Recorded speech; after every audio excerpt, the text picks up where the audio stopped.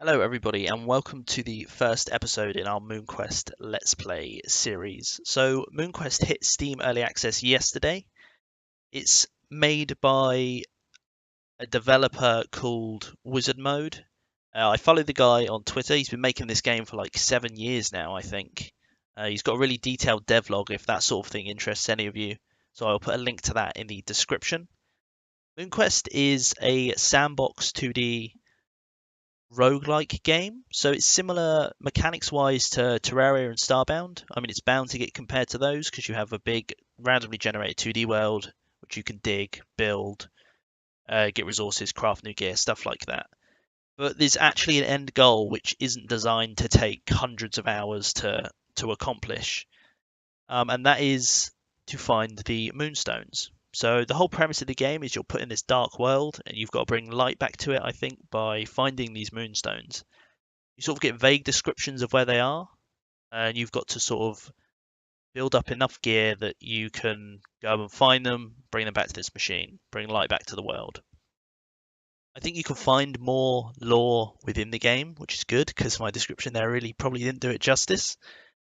But we're going to go ahead and start a new game now. You can continue an old game because obviously it's meant to be longer playthroughs than like maybe say other roguelikes like Binding of Isaac, Nuclear Throne. I mean, you're not probably going to be able to complete a whole run of this in one playthrough. You could if you had a lot of time and you're really good at it. I'm definitely not going to be able to, which is why this series is probably going to be pretty long. So if we click New Game here, you can see you start on a character selection screen. We've got, I think it's 7 characters in total to choose from. 4 of these start locked, so I've played a little bit of the game, but I haven't unlocked any new stuff. So these 3 characters are what everyone starts with. They have different perks and abilities. I don't know any of these characters. I think these are the unlock requirements for them. So Gandalf, use a staff. Elemental, rescue the Halcyon Heart. Carl, deploy the beacon. Carl. I mean, if you're judging by names, he probably sounds like the most underpowered character, but you never know. And Crusader, recover the lost totem. So I think we're going to be playing as the human. It's my favourite character, the ones I've used so far. It says easy mode as well. I'm not sure what that does specifically, but I do seem to do better when I'm playing as the human. And seeing as this is my first proper sort of playthrough, and I'm being judged by other people, I'm going to be using the human. We could use the Moon Man, so he glows. That's kind of handy if you're jumping over pools of acid or fighting something. You don't have to worry about not being able to see. And then you've got the Amphibian as well, and she has gills and a water moon. Now, gills I know let her breathe underwater. No idea what the water moon does. I haven't really figured that one out. I haven't played her enough to guess. But we are going to use the human. So you can choose between being a lady man or a man man. Oh, and it changes the appearance every time. Oh, actually, oh, okay, so these are just different appearances. We're going to go with this guy. So we're made out of meat, gold ore, easy mode. Yeah, it seems all the guy humans have gold ore and all the lady ones have silver ore. I think they're the same sort of tier of gear. I think it's just aesthetic stuff. But we're going to go with this guy here. And you get a little bit of story. So, in a strange moonlit world, a being is summoned. He is tasked with a quest to bring light to a dying planet. His journey begins underground. So it's a random spawn every time you start. You do spawn, I say it's random, it is a randomly generated area, but there are things that you can always guarantee will be here. So if we go down here somewhere, so there's this big machine called the Moon Machine. Now, as I understand it, this is how you complete the game. So if I right click it, it says 2 moonstones required. So I think the whole aim is we find these moonstones, bring them back here, jam them in this machine, and hey ho, we've solved the world's problems. But we don't really know where they are. We can find out by speaking to this guy, Solomon the Space Snail. He says, "Greetings, unshelled one. I fear we meet in dark times. We have a great quest ahead, you and I. Seek the moonstones and power this great machine." So that's pretty vague. I know if you speak to him again, he tells you where they are. So one of them's scattered, well, they're all scattered around the world. One of them we will find deep in a hive below the forest. And the second one is trapped within a mountainous keep. So when I first read stuff about the game, I thought you had to find 4 moonstones. Apparently it's only 2 for this, which is, I mean, easier. I'm still going to die a lot and probably take a while, but it's a lot easier than 4. Don't know what this is, a frozen forge. Oh, okay. So it looks like we can craft, if we just have iron ingots, we can craft sort of ice weapons here. So you can pick up a lot of stuff. So I could sort of whack this forge, take it with me. Because you can build houses everywhere. Well, anywhere you want, but I think generally you find areas called clearings, or some variation on that description, and they are, I think, designed to be places for you to build if you want to build a place. And we definitely will. That's what I'm going to be doing this first episode, is just trying to find one of those places and get some basic crafting stations. Because I think a lot of the time you're going to want a place to go back to and store things. Because the way death works in this game is when you die, you lose a portion of your max health. So it's not like a normal roguelike where it's instant death, your character's gone. Permadeath rather, so you respawn as the same character, but you will have a section of your health bar is in red, so your max health is permanently decreased.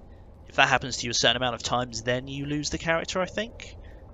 But you also drop items, so anything valuable you sort of want to try and keep in chests in your little house, wherever it may be. So we also find these stones everywhere. These are fast travel points, so if I right click it, you get a list of other obelisks you've found. Obviously we haven't found any others yet, so our list is empty.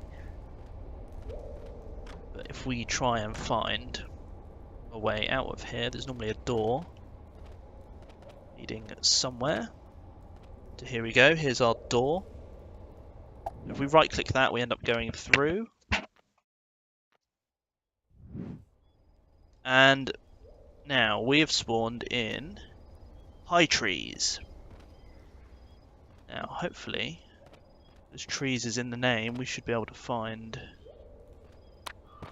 some trees to sort of whack down for some wood. That guy there is a loyal subject, and I know from previous experience he will absolutely try and kill me if I go near him. Fortunately, it doesn't seem like I have another choice.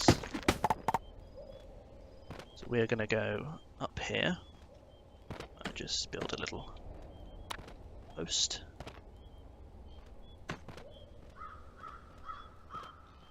And we are going to try and jump over him and get to this signpost. The signposts act as like transport points between areas, so this will be one area and that will take me to another one.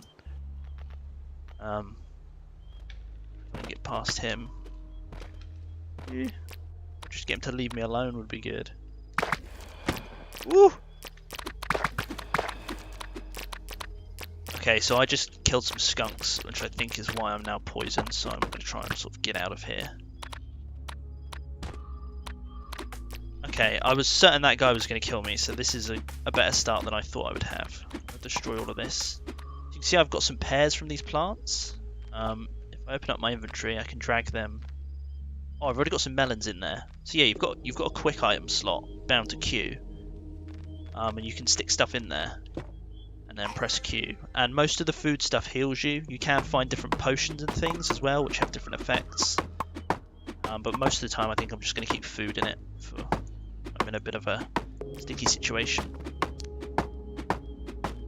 If I use my shovel, which a human spawns with, it's called dig stick, I think. My dig stick. Get some of this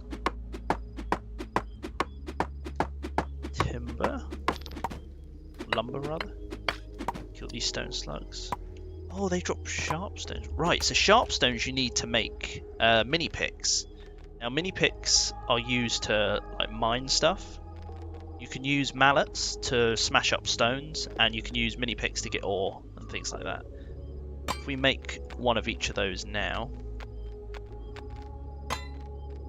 Normally you have to craft sharp stones. I didn't know those slugs things drop them. That's really handy because it saves us a bit of time. What I want to try and do is get quite a bit of this wood. What is all this stuff? Roots. I want to get a lot of this wood and then find one of those clearing areas I was talking about. Maybe just set up a little home. Normally they have buildings on them already, so it'll be an empty area with like one... They're relatively small buildings on normally, I think, so I'm probably going to knock it down and try and build my own thing. That's a big part of what I like about games like this, is just building. But generally the houses I think look nicer than anything I will build, but in terms of practicality I need a bit more room than what the default houses spawn with. Ooh, okay, so we've just found a cave here. You can look down if you hold the mouse towards the bottom of the screen. I mean, there doesn't seem... Well, actually there's some iron in there. We've been really lucky with finding those sharpstone slugs, because normally it would take me a good like 10 minutes, 15 minutes to try and make one of these mini picks up here. The fact we found those slugs means I can make one immediately. So I'm going to dig down into this cave, because I saw some iron. And you can see at the bottom of the screen it says the name of the block you're mousing over, and it says what tool you need, so I need a pick. So luckily I've got my mini pick. So I can pick that up. It looks like there was just the one block there, which isn't really that handy, but... Another bit? Nope, so that's barite, moss, some stone, so we can take that. So hopefully we can use this to build later.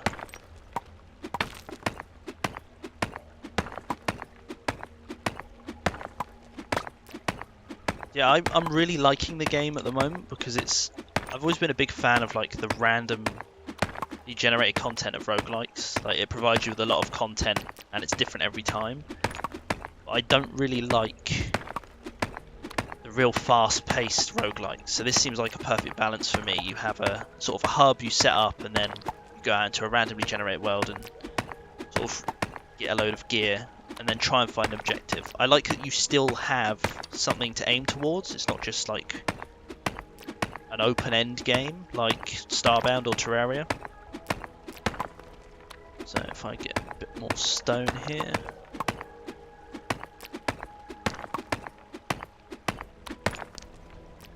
How much is that? 22. Let's make that 25. Oh, coal. Okay, so we need coal to make ingots out of any ore we find. So actually I'm going to get all of this coal. There seems to be quite a bit of it, actually. You know what, let's put one of my torches down.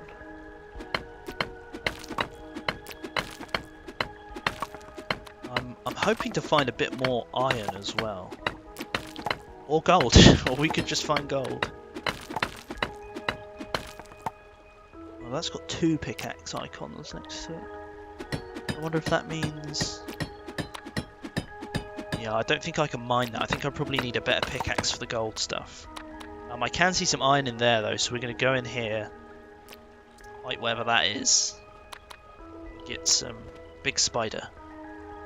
I want to fight that big spider and try and get to that iron, but first I need a weapon. So I know from playing before I can make this toolbox, put it down, and make this paddle sword. And I'm going to stick that up here, and then pick back up. I don't know if I can repair this, if I just bin it and make a new thing. Okay. Yeah, I'm going to pick this toolbox back up, just to save me making another one later. And then get into this little cave here, try and get that iron.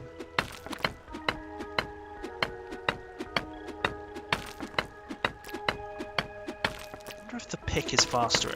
Oh wow, that's a lot faster. Okay. Ooh. So it's attacking me now. Are these webs? Oh!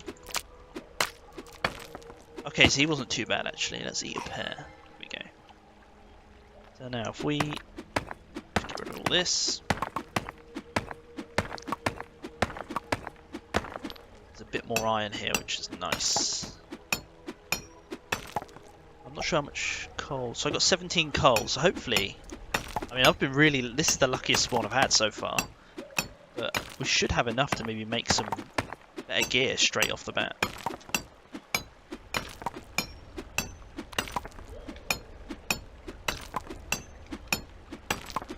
Okay, this is a lot of iron. Definitely lucky.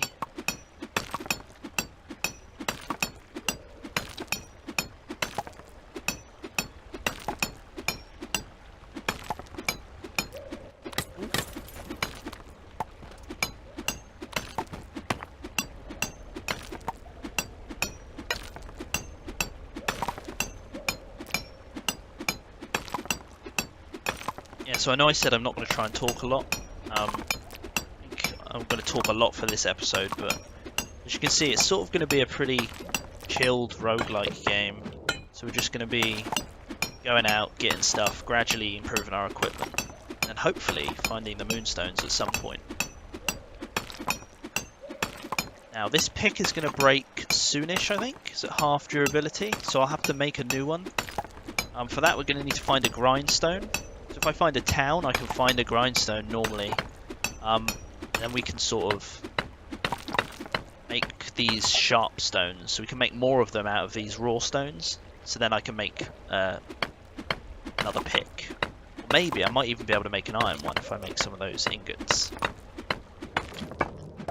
This is a hell of a lot of coal. Yeah, I'm just going to get all this, I think, even if the pickaxe doesn't make it.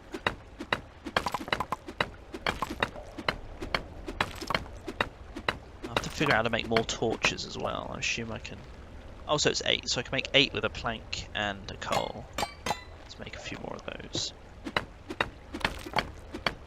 Let's put one down. Looks like I can hit things with the torches. I don't know if that'll set them on fire. One thing I've noticed as well about playing as the human is you don't get attacked if you find a settlement, because there will be these NPCs called town guards. I think the very first playthrough I did, I went as the... I can't remember what she's called. The Aqua Lady, the pink amphibian. And she gets attacked on sight by town guards, which I guess makes sense because she's a bit scary looking. So that's 50 coal, so I think I'm going to leave that there. But she has a harder time. I don't know how you're meant to get certain things, because you have to go into a town, I think, to get the crafting stations. But then you can't go into towns because you'll get attacked instantly, so it's a bit of a catch-22. I mean, there must be a way to make the crafting stations yourself. I haven't figured it out yet, but... Right, let's jump up here, get the torch out so we can actually see. Let's get out this cave. I'm just going to dig out over here, I think.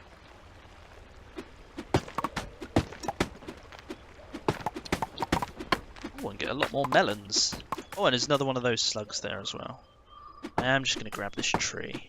Not sure how much lumber I've got. 21. So I'm probably going to need a bit more if I want to end up building a little house. Don't know if there'll be more around here.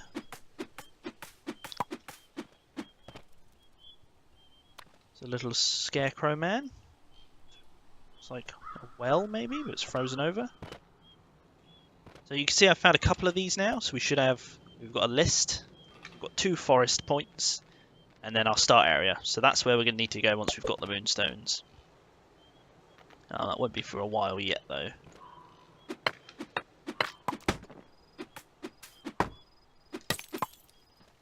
I just love how sort of like mysterious this world is as well.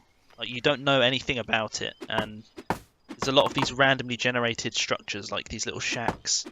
It sort of makes you wonder what's going on, but hopefully as we progress we'll find some of that out. First we need to get a little house going. So I'm hoping that this signpost will take us to either a little settlement or a clearing where I can make a little house. Simple place. So this looks like, Yeah, it's one of those clearings I was talking about. So it's just a big flat open area with one building, and it's relatively small. I mean, you can see it's probably about 2 screens worth from that signpost to the other side. Signposts generally mark the end of an area as well, so I can't walk past this point. I think what I'd like to do is knock this house down and then build my own thing, sort of out of wood, just a little shack. So I am, after all, just wearing rags. I don't deserve to live in a nice big fancy house. We will see what's past here. I mean, we've got a waypoint now, so we can come back here whenever we like. But we'll see if this is a little town. Donglegrum. It's a town guard, so I reckon this is going to be... Yeah, we can see some walls in the background. So we found a little settlement here. So in the settlements, you'll find a load of NPCs, and they will craft you things. Either for, like, you can see here, if I have the materials, he'll craft me that... whatever it is, a Quariel. I'm not sure what that is. But you can see he'll craft me things, or you can see he will sell me things. So if I have coins, I can just buy things rather than craft them. I mean, I don't have enough for any of this guy's stuff. It all looks to be gold, so not sure if I'll ever have enough for that. But you'll also find these crafting stations. So I know just from my previous playthroughs what ones we need. You really want this bloomerang, which is basically your basic forge. You can see we can make raw stone, gold ingot, silver ingot, glass, and most importantly an iron ingot, so we'll be making a load of those. So I'm going to steal this to take back to our settlement. Got gold forge, so I can make a load of gold armor there by the looks of it. I mean, I'm not sure I'll ever... I mean, no, hopefully I'll find some stuff to make gold with, but... Okay, so we found a hammer, which is nice. I'm not sure how useful that is. I think it's probably just an upgraded version of the mallet, I'm guessing. We're going to take this chest though as well, because that will be nice to have. What I'm really looking for is a grindstone and a work. Both of which are down here, I think. Is this the right tool bench? I mean, that's not the right tool bench I was looking for, but that's definitely helpful. It's one that lets you craft a load of basic building blocks, so like background walls, some fences, ladders, stuff like that. This is it, I think. Oh, that's a toolbox, that's what I've got already. Oh, how rude of me. Remember to close doors. A workbench, this is the one. So you can see it's got basic building recipes in it, which is sort of handy if you're trying to build a home, I guess. So let's take that. A loom, don't really need. Just you can make some hats. I guess I can take that and stick it in a chest. Not sure what's down here. I didn't think there were bits under the cave entrance. Maybe we can have a look. Secret cache guarded by a naked lady, sorry, with a mask. I mean, I've got 10 melons here and my paddle sword, so let's try and get this. One thing I do know as well is that the hitboxes are separate for the head and the body. So if you hit someone on the head and they're wearing a helmet, it will take less damage than if you hit them on the body and they're not wearing any armor. So like that person there, if I had been body shotting them, they would have taken more damage than if I was whacking them on the head. Secret cache. So we've got a torch, 2 coins, which is nice, and a slingshot. I'm not sure what you can do with a slingshot. What ammo you need for it. I mean, I probably don't need all of these branches. I'm going to get rid of a few of those. I'll keep one. Again, we'll take this chest.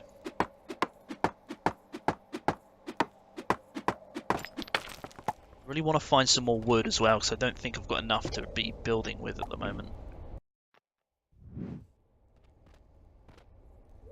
That's really cool. There's a load of these secret areas. I say secret area. This one's pretty easy to find. But from the gameplay I've seen, there's a lot of hidden secrets you can find. There's a little hidden away areas. So So we can't actually go any further, it looks like, down this side. I want to find a waypoint or obelisk and just teleport back to our simple place. So our little hub. And like I say, I'm going to knock this place down and build something in its place. I will knock this down off camera probably because it won't be very interesting to watch. But I will definitely record myself sort of building up a little tower or something in its place. Maybe have a little basement with our forge and stuff in as well. So I'm going to end the episode here, guys. Thank you very much for watching. I hope you liked what you've seen of Moonquest. Definitely go and check it out if you like Terraria or Starbound. It's a lot shorter of a game, I think, but it's really interesting.